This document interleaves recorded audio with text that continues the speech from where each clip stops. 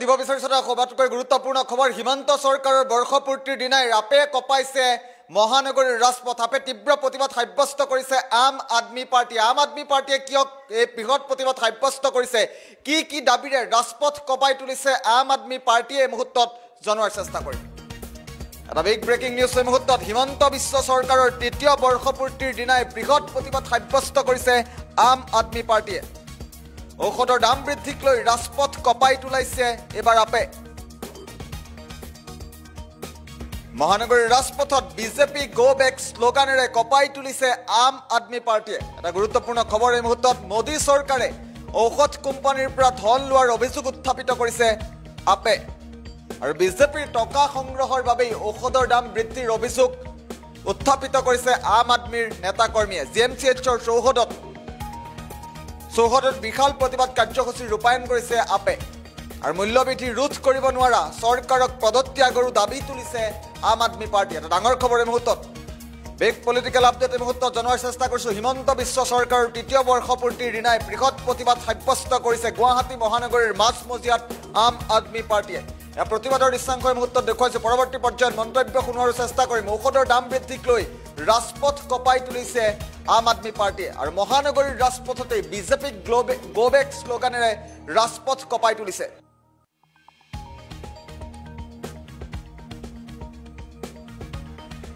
এটা গুৰুত্বপূৰ্ণ খবৰ এই মুহূৰ্তত জনোৱাৰ চেষ্টা কৰিছো গুৱাহাটী মহানগৰীৰ ৰাজপথত এইদৰে তীব্ৰ প্ৰতিবাদী কাৰ্যসূচীৰ ৰূপায়ণ কৰিছে আম আদমি পাৰ্টিয়ে আৰু হিমন্ত বিশ্ব চৰকাৰৰ তৃতীয় বৰ্ষপূৰ্তিৰ দিনাই এইদৰে বৃহৎ প্ৰতিবাদ সাব্যস্ত কৰিছে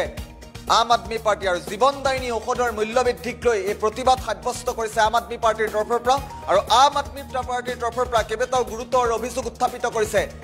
ঔষধ কোম্পানীৰ পৰা বিজেপিয়ে টকা লোৱাৰ গুৰুতৰ অভিযোগ উত্থাপিত কৰিছে আম আদমি পাৰ্টিৰ কি অভিযোগ আছে এই মুহূৰ্তত পুনে মন্তব্য শুনোৱাৰ চেষ্টা কৰিম ঔষধৰ যি হুৰাহুৰে মূল্য বৃদ্ধি পাইছে বিশেষত বিজেপি দলে যোৱা কেইটামান মাহৰ ভিতৰত আপোনাৰ মেডিচিন কোম্পানীবিলাকৰ পৰা কোটি টকা যি তেওঁলোকে ডোনেশ্যন লৈছিলে যি ইলেক্ট্ৰেল বণ্ড বুলি সৰ্বত্ৰ পৃথিৱীতে চৰ্চিত হৈছিলে এক কেলেংকাৰী এই ইলেক্ট্ৰেল বণ্ডৰ যোগেদি কোটি টকা বিজেপি দলটোৱে লৈ আজি আমাৰ এই ঔষধৰ দাম হুৰে বৃদ্ধি কৰাত তেওঁলোকে অৰিহণা যোগাইছে আজি নৰেন্দ্ৰ মোদী চৰকাৰখনে যি ধৰণে ঔষধৰ দাম বৃদ্ধি কৰিছে তাত আমাৰ সাধাৰণ মানুহৰ জীৱন বিপদাপন্ন হৈ পৰিছে আজি সাধাৰণ মানুহ জীয়াই থাকিবৰ কাৰণে কষ্ট হৈছে আপোনালোকে চাওক আমি গুৱাহাটী মেডিকেল কলেজৰ ওচৰতে আছো ইয়াত আপোনালোকে বিচাৰিলে পাব যে বিভিন্ন গাঁও অঞ্চলৰ পৰা অহা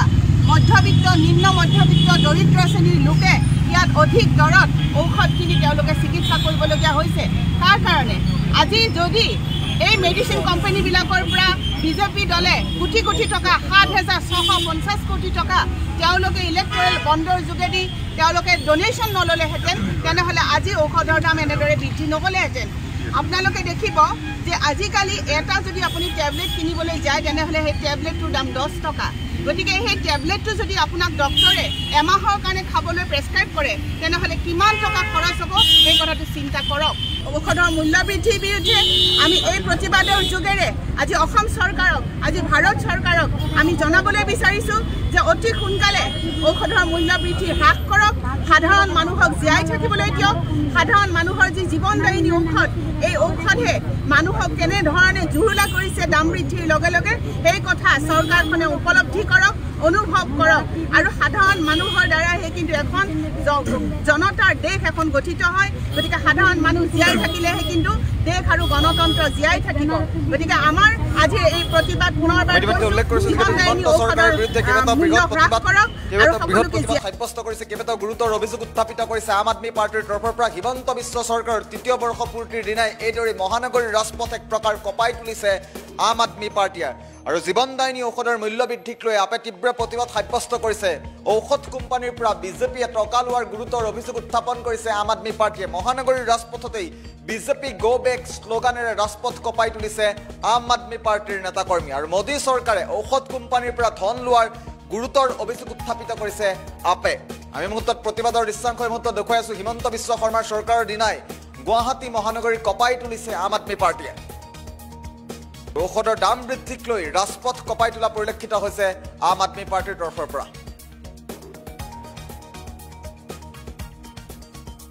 ঔষধৰ সমান্তৰালভাৱে অত্যাৱশ্যকীয় সামগ্ৰীৰ মূল্য বৃদ্ধি ৰোধ কৰিবৰ বাবে প্ৰতিবাদী কাৰ্যসূচী ৰূপায়ণ কৰিছে আম আদমি পাৰ্টিয়ে। এই প্ৰতিবাদৰ দৃশ্যাংশ দেখুওৱাৰ চেষ্টা কৰিছে এই মুহূৰ্তত পোনপটীয়াভাৱে কিদৰে তীব্ৰ প্ৰতিবাদ সাব্যস্ত কৰিছে ঔষধকে ধৰি অত্যাৱশ্যকীয় সামগ্ৰীৰ মূল্যবৃদ্ধি হ্ৰাস কৰাৰ বাবে ৰোধ কৰাৰ বাবে কিদৰে প্ৰতিবাদী কাৰ্যসূচী ৰূপায়ণ কৰিছে। জীৱনদায়িনী ঔষধে জনসাধাৰণক যি জ্বলা কলা খুৱাইছে সেই জ্বলা কলাৰ বিৰুদ্ধে এইদৰে প্ৰতিবাদী কাৰ্যসূচী ৰূপায়ণ কৰিছে আম আদমি পাৰ্টিয়ে। আৰু গুৱাহাটীৰ মহানগৰীৰ ৰাজপথতেই এইদৰে হিমন্ত বিশ্ব শৰ্মা চৰকাৰক এক প্ৰকাৰ চেলেঞ্জ প্ৰদান কৰিছে আপে।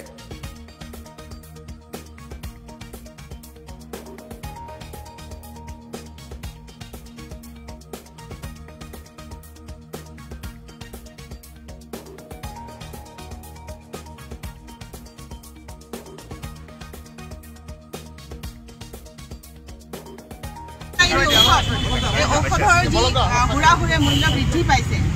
বিশেষত বিজেপি দলে যোৱা কেইটামান মাহৰ ভিতৰত আপোনাৰ মেডিচিন কোম্পানীবিলাকৰ পৰা কোটি কোটি টকা যি তেওঁলোকে ডোনেশ্যন লৈছিলে, যি ইলেক্ট্ৰেল বণ্ড বুলি সৰ্বত্ৰ পৃথিৱীতে চৰ্চিত হৈছিলে এক কেলেংকাৰী, এই ইলেক্ট্ৰেল বণ্ডৰ যোগেদি কোটি কোটি টকা বিজেপি দলটোৱে লৈ আজি আমাৰ এই ঔষধৰ দাম হুৰে বৃদ্ধি কৰাত তেওঁলোকে অৰিহণা যোগাইছে। আজি নৰেন্দ্ৰ মোদী চৰকাৰখনে যি ধৰণে ঔষধৰ দাম বৃদ্ধি কৰিছে তাত আমাৰ সাধাৰণ মানুহৰ জীৱন বিপদাপন্ন হৈ পৰিছে। আজি সাধাৰণ মানুহ জীয়াই থাকিবৰ কাৰণে কষ্ট হৈছে। আপোনালোকে চাওক, আমি গুৱাহাটী মেডিকেল কলেজৰ ওচৰতে আছোঁ। ইয়াত আপোনালোকে বিচাৰিলে পাব যে বিভিন্ন গাঁও অঞ্চলৰ পৰা অহা মধ্যবিত্ত, নিম্ন মধ্যবিত্ত, দৰিদ্ৰ শ্ৰেণীৰ লোকে ইয়াত অধিক দৰত ঔষধ কিনি তেওঁলোকে চিকিৎসা কৰিবলগীয়া হৈছে। তাৰ কাৰণে আজি যদি এই মেডিচিন কোম্পানীবিলাকৰ পৰা বিজেপি দলে কোটি কোটি টকা ৭,৬৫০ কোটি টকা তেওঁলোকে ইলেক্ট্ৰেল বণ্ডৰ যোগেদি তেওঁলোকে ডোনেশ্যন নল'লেহেঁতেন, তেনেহ'লে আজি ঔষধৰ দাম এনেদৰে বৃদ্ধি নহ'লেহেঁতেন। আপোনালোকে দেখিব যে আজিকালি এটা যদি আপুনি টেবলেট কিনিবলৈ যায় তেনেহ'লে সেই টেবলেটটোৰ দাম 10 টকা। গতিকে সেই টেবলেটটো যদি আপোনাক ডক্টৰে এমাহৰ কাৰণে খাবলৈ প্ৰেছক্ৰাইব কৰে তেনেহ'লে কিমান টকা খৰচ হ'ব সেই কথাটো চিন্তা কৰক। ঔষধৰ মূল্য বৃদ্ধিৰ বিৰুদ্ধে আমি এই প্ৰতিবাদৰ যোগেৰে আজি অসম চৰকাৰক, আজি ভাৰত চৰকাৰক আমি জনাবলৈ বিচাৰিছোঁ যে অতি সোনকালে ঔষধৰ মূল্য বৃদ্ধি হ্ৰাস কৰক, সাধাৰণ মানুহক জীয়াই থাকিবলৈ দিয়ক। সাধাৰণ মানুহৰ যি জীৱনদায়িনী ঔষধ, এই ঔষধে মানুহক কেনেধৰণে জুৰুলা কৰিছে দাম বৃদ্ধিৰ লগে লগে সেই কথা চৰকাৰখনে উপলব্ধি কৰক, অনুভৱ কৰক। আৰু সাধাৰণ মানুহৰ দ্বাৰাহে কিন্তু এখন